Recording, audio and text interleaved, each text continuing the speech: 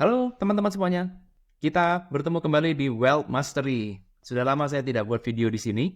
Ya, kita akan membahas satu hal yang menarik berkaitan dengan wealth, dengan kekayaan. Oke, nah ceritanya seperti ini. Eh, Seminggu 2 minggu yang lalu, ya saya kedatangan tamu yang eh, istimewa.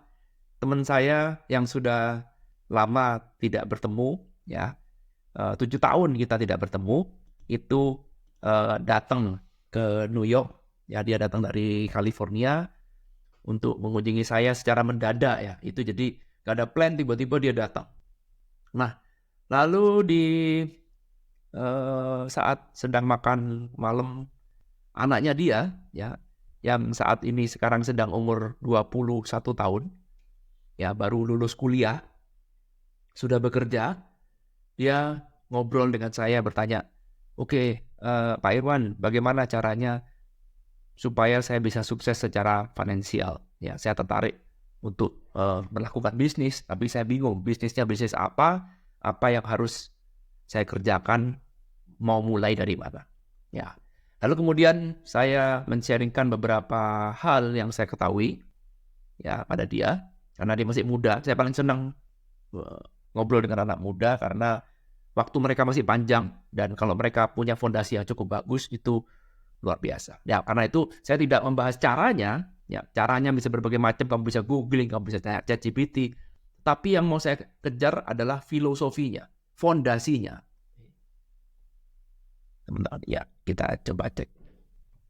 Yang dikejar adalah fondasinya. Mari kita fondasinya. Oke?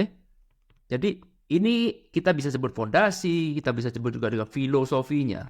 Bagaimana pola berpikirnya, landasan dasarnya. Cara boleh berbagai macam, tapi filosofinya cuma satu, betul? Ya, aturan dasarnya, aturan mainnya.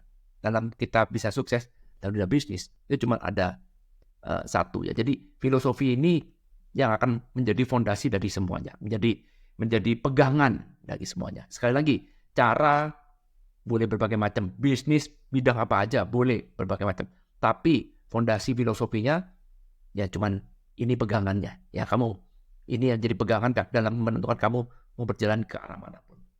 Oke, nah saya belajarnya dari Anthony Robbins. Ya, kita sebagai content creator harus jujur kalau ini ilmu dari mana ya, kita harus menyampaikan. Ya, saya belajar ini dari Anthony Robbins. Awal mulanya kenalnya dari Pak Tom Desem-Waringin. Ya, jadi rumus sukses itu sebenarnya cuma ada dua, teman-teman. Ya, fondasi sukses. Ya, jadi sekali lagi, mau bidang apapun, kamu mau bekerja di bidang apapun, boleh-boleh aja, tapi fondasi cuma ini. Ya, nomor satu adalah value added. Catat ya, value added. Bagaimana kita menambah nilai, memberikan nilai tambah. Kalau Pak Tung nih ngomongnya adalah nilai tambah. Nilai tambah. Catat dulu ya, maksudnya bagaimana nanti kita jelaskan pelan-pelan. Oke. Yang kedua adalah namanya leverage. Leverage. Atau kita sebut sebagai faktor kali. Dalam bahasa Indonesianya disebut dengan faktor kali. Ya, mari coba kita bahas satu persatu, teman-teman. Apa yang dimaksud dengan value added, apa yang dimaksud faktor kali. Tapi nanti setelah Anda belajar ini, ya Anda akan mengetahui bahwa orang sukses di dunia ini dalam bisnis, dalam segala macam, tidak akan bisa lolos dari dua ini. Value added, nilai tambah, atau leverage, atau faktor kali. Jadi mereka pasti punya keduanya ini. Kita mulai dari value added ya. Nah, kita lihat.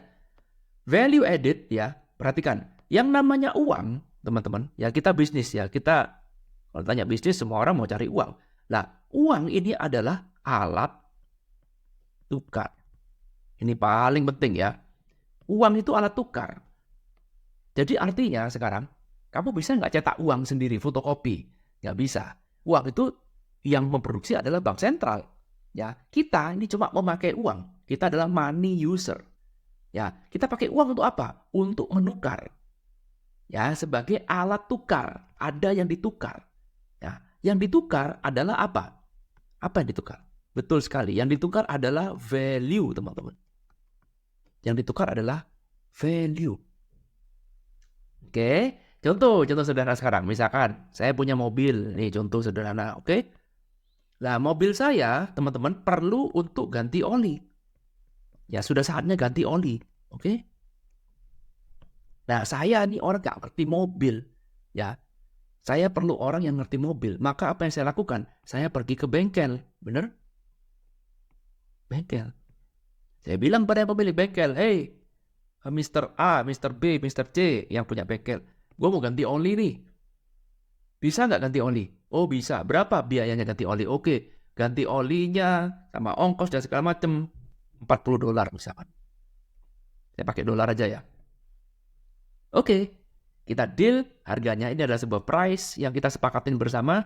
Harga ini kalau kita sepakatin berarti saya dari segi penjual oke. Dari segi pembeli ya. Dari segi penjual juga oke. Maka ketemulah harga di tengah. Ini yang kita sebut sebagai market ya. Atau kita sebut sebagai ketika kita sudah deal, maka ini disebut jadi market. Nah, deal. Harga ini pas di tengah-tengah ketemunya. Baik antara pembeli dan penjual ya. Nah, harga ini kan ngukur murah atau mahalnya berdasarkan apa? Value. Ya, ingat, saya menukar. Saya punya uang $40, punya. Tapi saya punya uang, kalau nggak ditukar, uang itu nggak bisa bikin mobil saya ganti oli sendiri, kan nggak mungkin. Masa saya ngasih uang ke mobil saya nih, $40 nih, lu ganti oli sendiri? Nggak mungkin kan? Harus ada orang yang menukar. Ya, paham maksud saya? Jadi, selalu berpikirnya seperti itu. Namanya tuh, uang itu adalah alat tukar. Nggak bisa ujuk-ujuk kamu dapat uang. Nggak ada. Karena itu kalau misalkan, oh Pak, saya pengen punya uang sebanyak-banyaknya. Oke. Pertanyaan kedua adalah, apa yang mau kamu tukar? Gitu kan? Ya. Value apa yang mau kamu tukar? Kalau sekarang, oh Pak, saya nggak punya apa-apa sih Pak. Saya cuma lulusan SMP, di rumah cuma tidur-tiduran, nggak ngapa-ngapain. Ya, value-mu rendah. Nggak ada orang mau bayar kamu mahal. Nggak ada.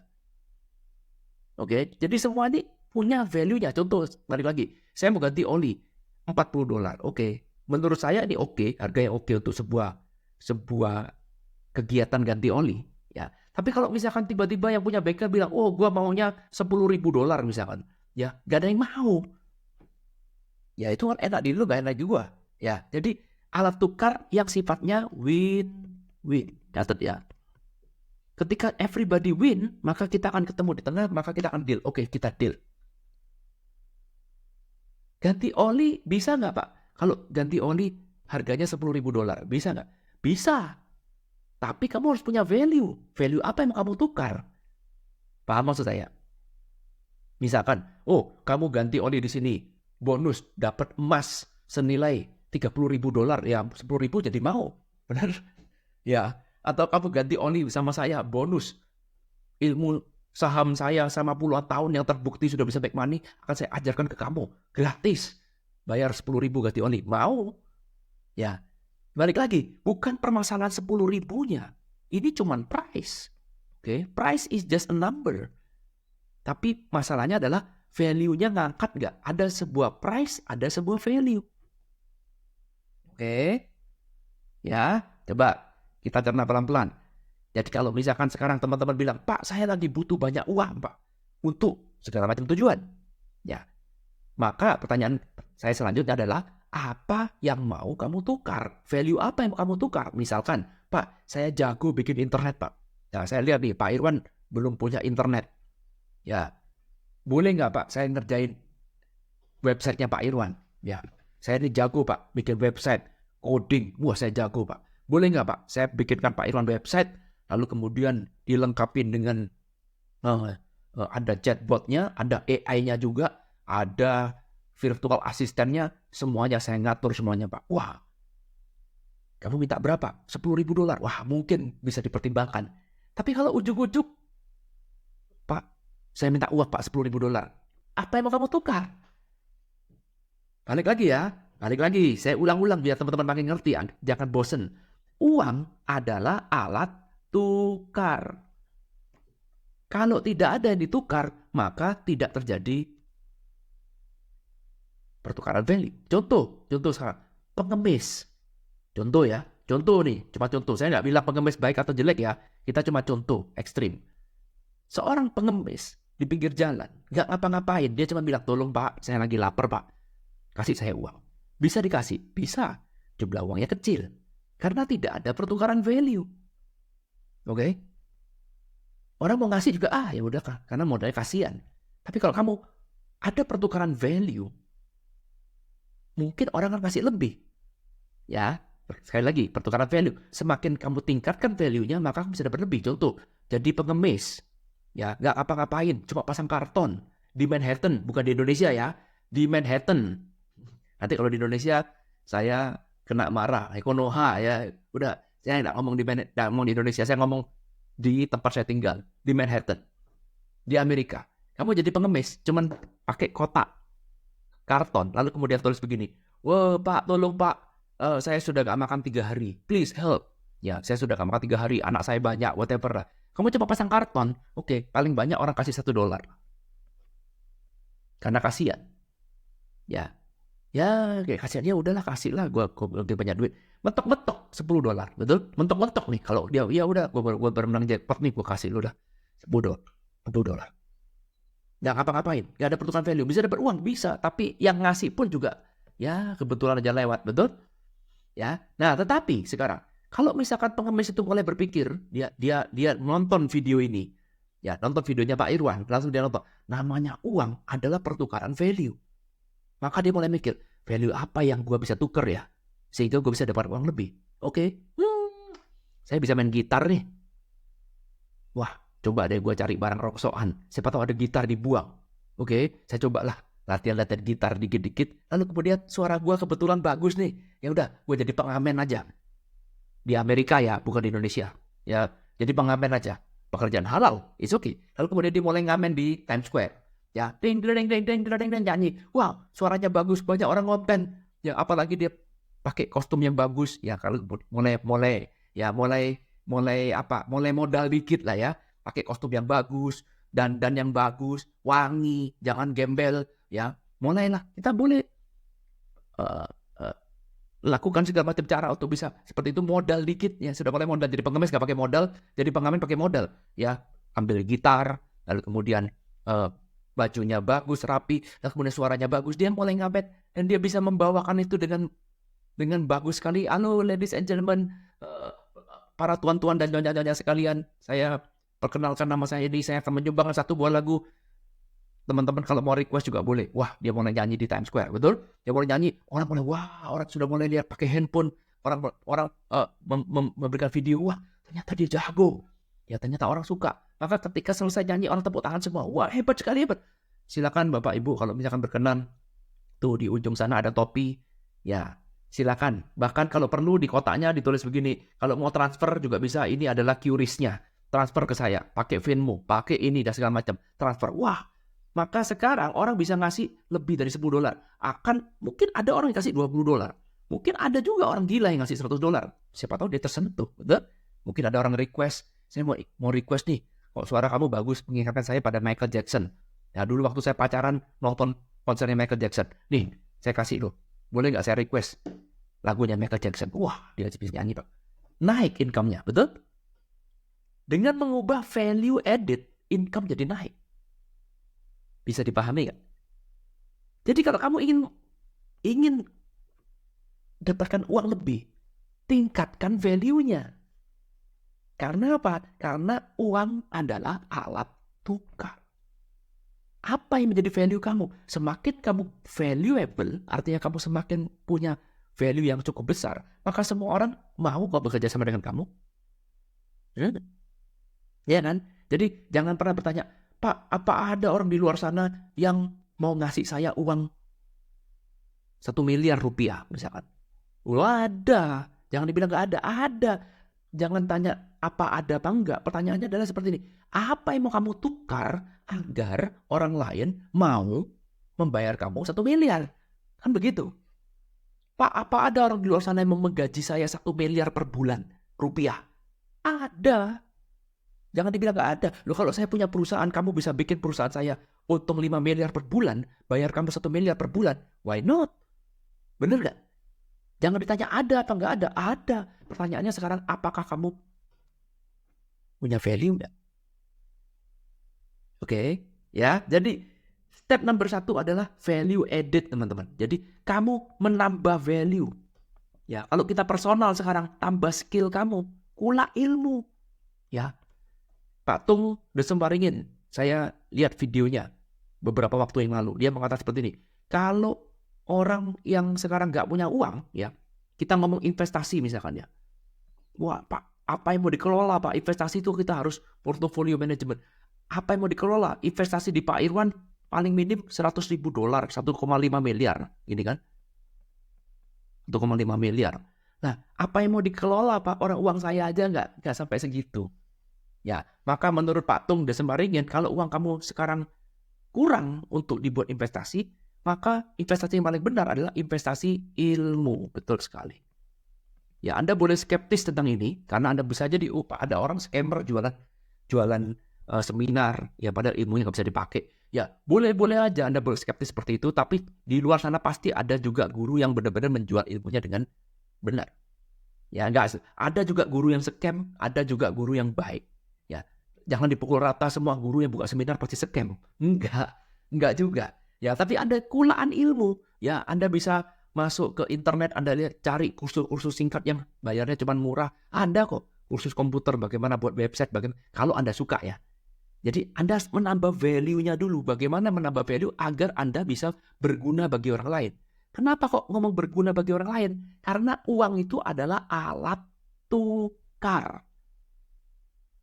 Ya, kamu mau tukar dengan siapa? Mau tukar dengan orang lain kan? Dan orang lain hanya mau menukar kalau itu berguna bagi dia.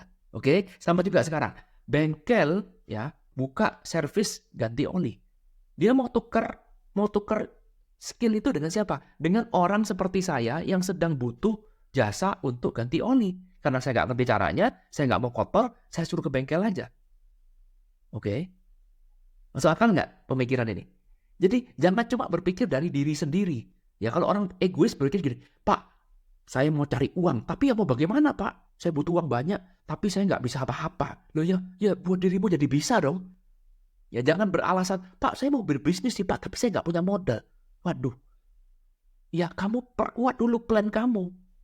Baru kamu ajak orang prestasi untuk join. Selama itu adalah win-win, orang mau kok. Tapi kalau kamu selalu berpikir, Pak saya nggak punya uang, Pak saya nggak punya uang, nggak punya modal. Nanti tunggu punya modal baru berbisnis. Ya nggak akan mungkin bisa. Itulah mental loser. Cuma mikir dirinya sendiri. Pak kenapa ya Pak ya di dunia ini kok nggak ada yang mau bayar saya 1 miliar per bulan? Kamu cuma egois mikir dirimu sendiri. Coba kalau dibalik sekarang.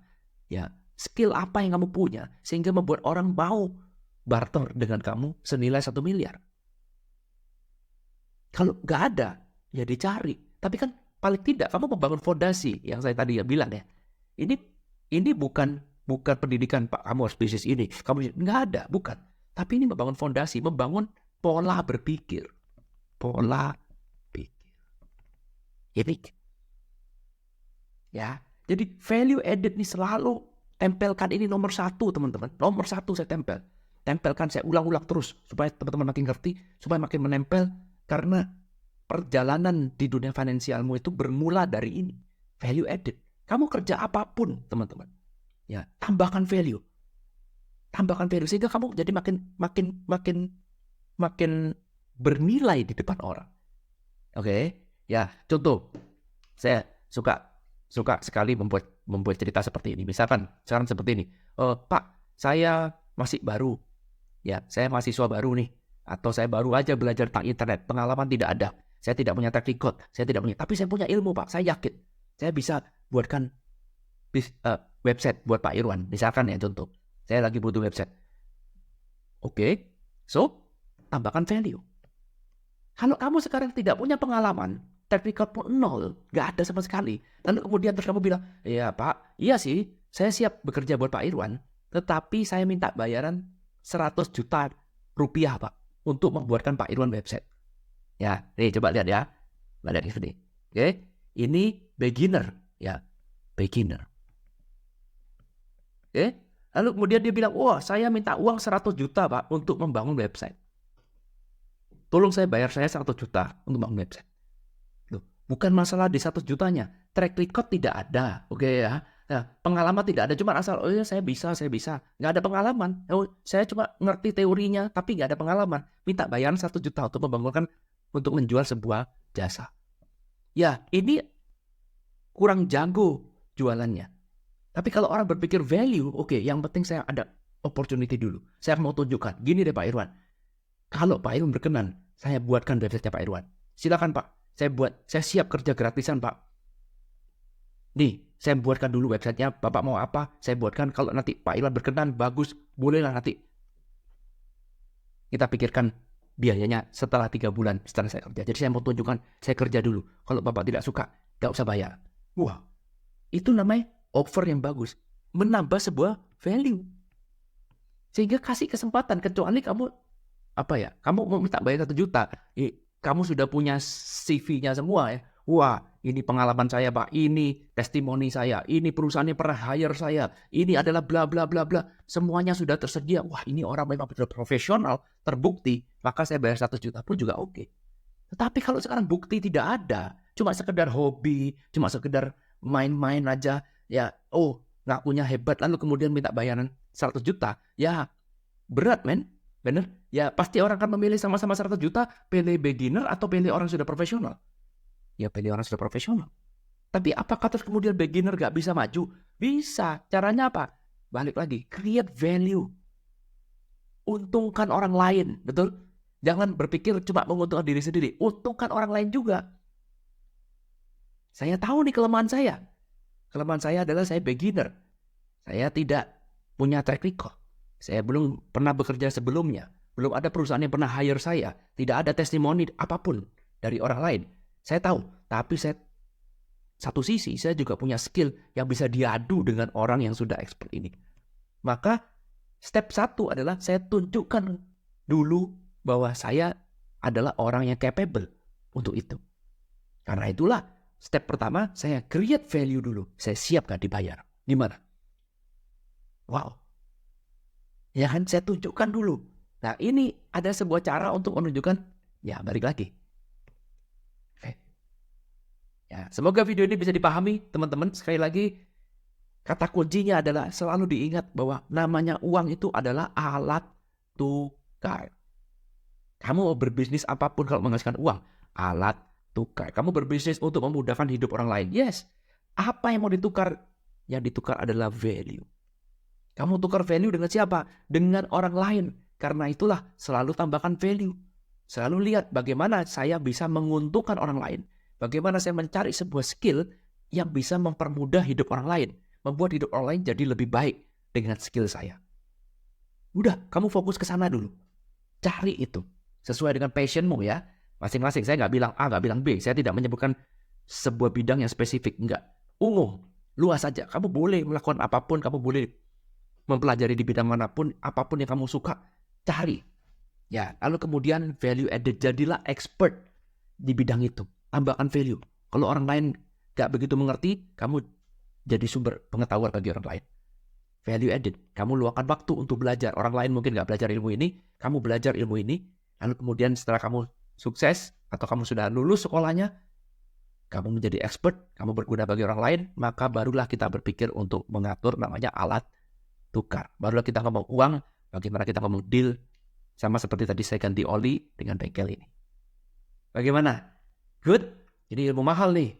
Ya, nanti di video selanjutnya saya akan lanjutkan dengan leverage. Ya, supaya video ini tidak begitu panjang. Pahami dulu, pastikan teman-teman paham apa arti dari value added ini. Semoga bisa bermanfaat. Kita ketemu lagi di video selanjutnya. Thank you.